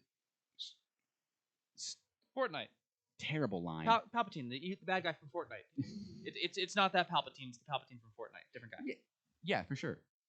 Fortnite's canon. Star Wars, man. It sucks. We're not but it getting is. into this. I know. I'm trying to think of other. I guess the Bad Batch's story that's tied up. Yeah, It had to be. Like, yeah, enjoy your fishing, guys. Yeah, they retired. Congrats. Yeah, you raised like they did. Omega got a childhood, well, most of one, but she got high school at least. Like, awesome. She got high school. She got to go back and see her friends. She got to have friends. She got what every clone. I hope she got grounded. I hope she got all that nonsense. She was already being grounded earlier in the. How many times did?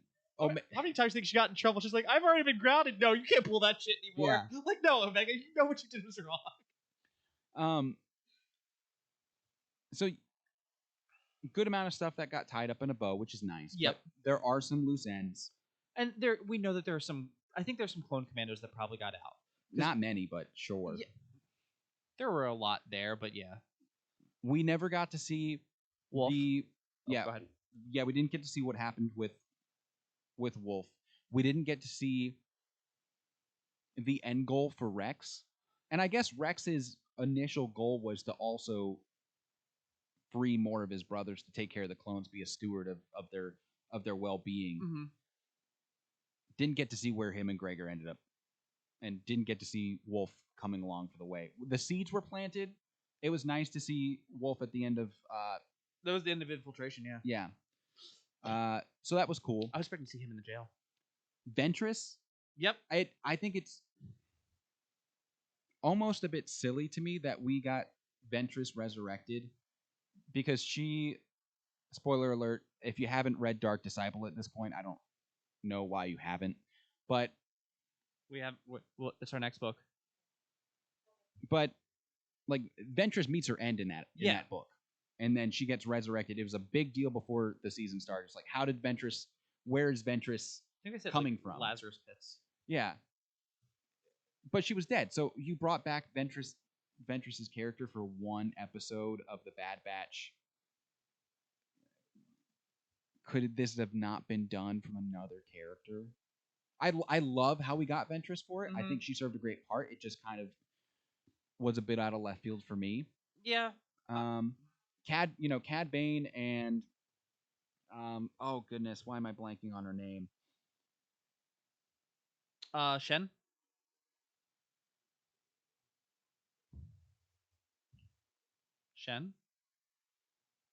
Who? Wait. You said Cad Bane and why are you blanking on her name? Yeah, bounty hunter. Shen. Isn't her name Shen? No. Not Shen. I don't know why. There are some names in Star Wars I can never nail down. From Boba Fett's sidekick, essentially. Fennec Shan. Fennec Shan. Fennec.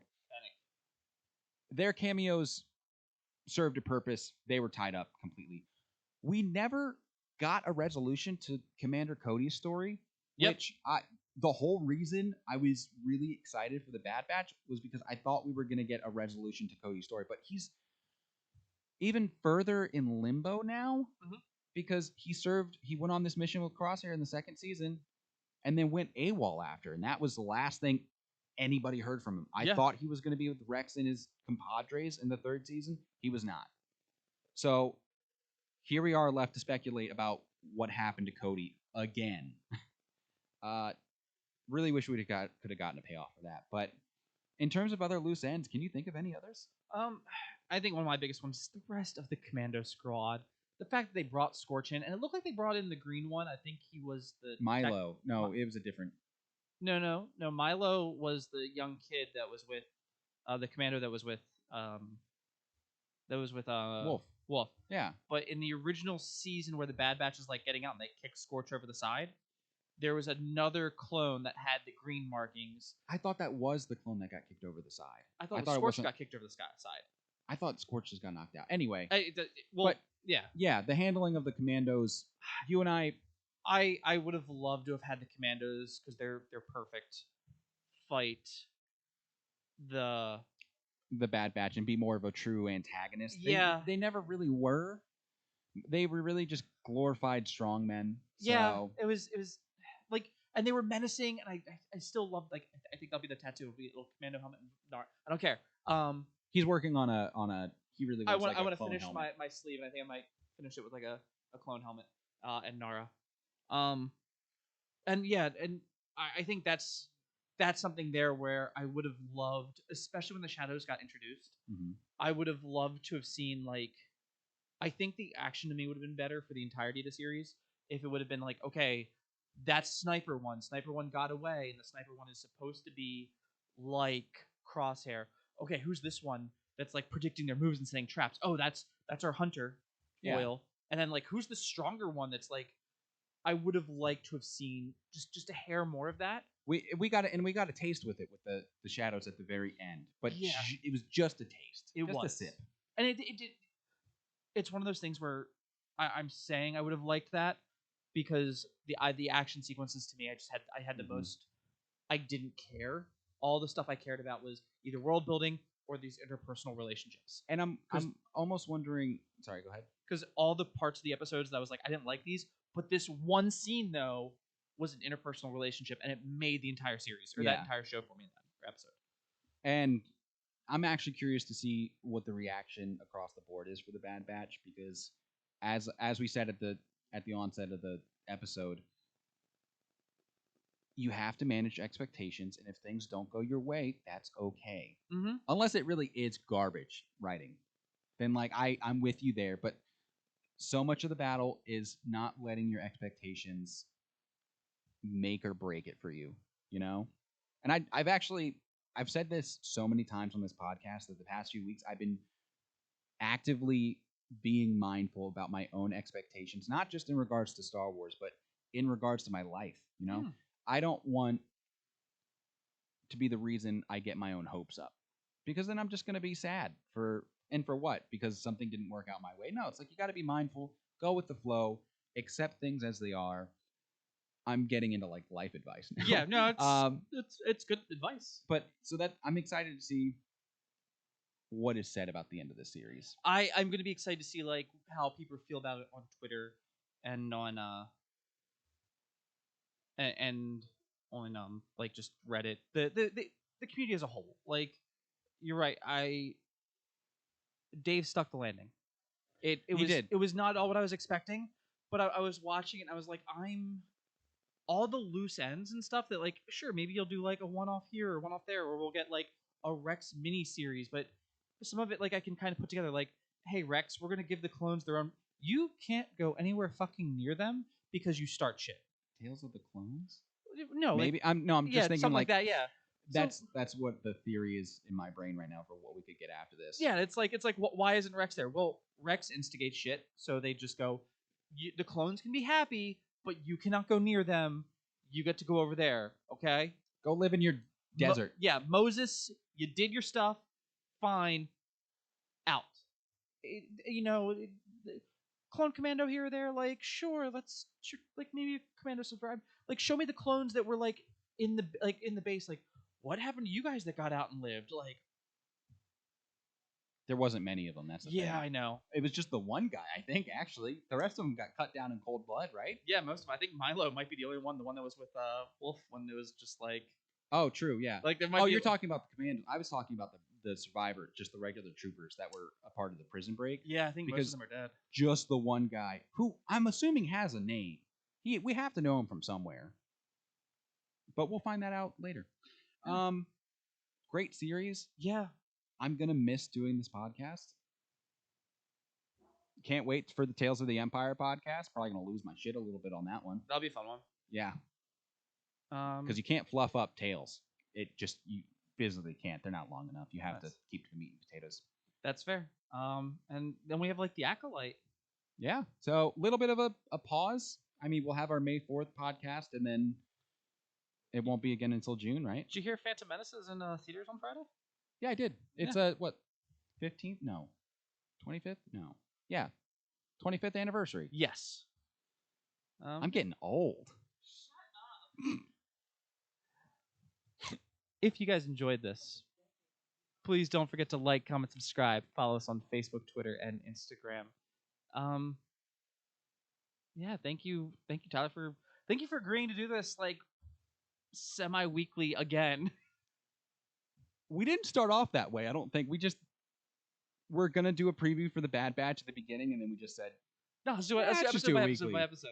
And it worked out for the most part. We had a couple of pauses there, but overall, like I said this off screen to verify, to validate this.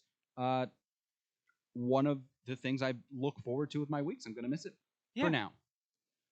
Maybe we'll just do like the normal podcast about other things that we like. That's not just Star Wars. You like other things? I love other things. Huh. I like giant robots. I know We you can like. talk- I I know you I like. can talk to you giant about some robots. giant robots, Tyler. But Have you seen my wall?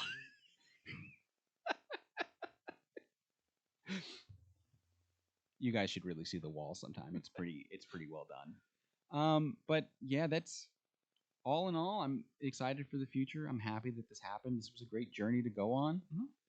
Who knew that we could get such a compelling series from one arc in the Clone Wars? God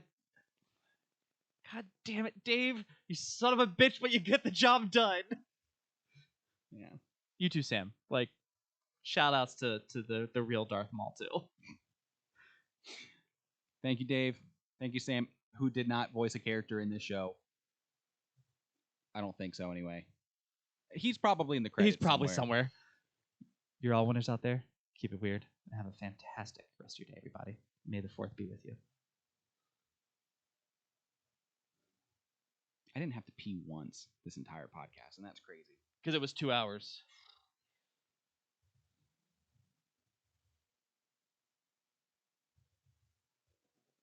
Oh, tomorrow's going to be rough.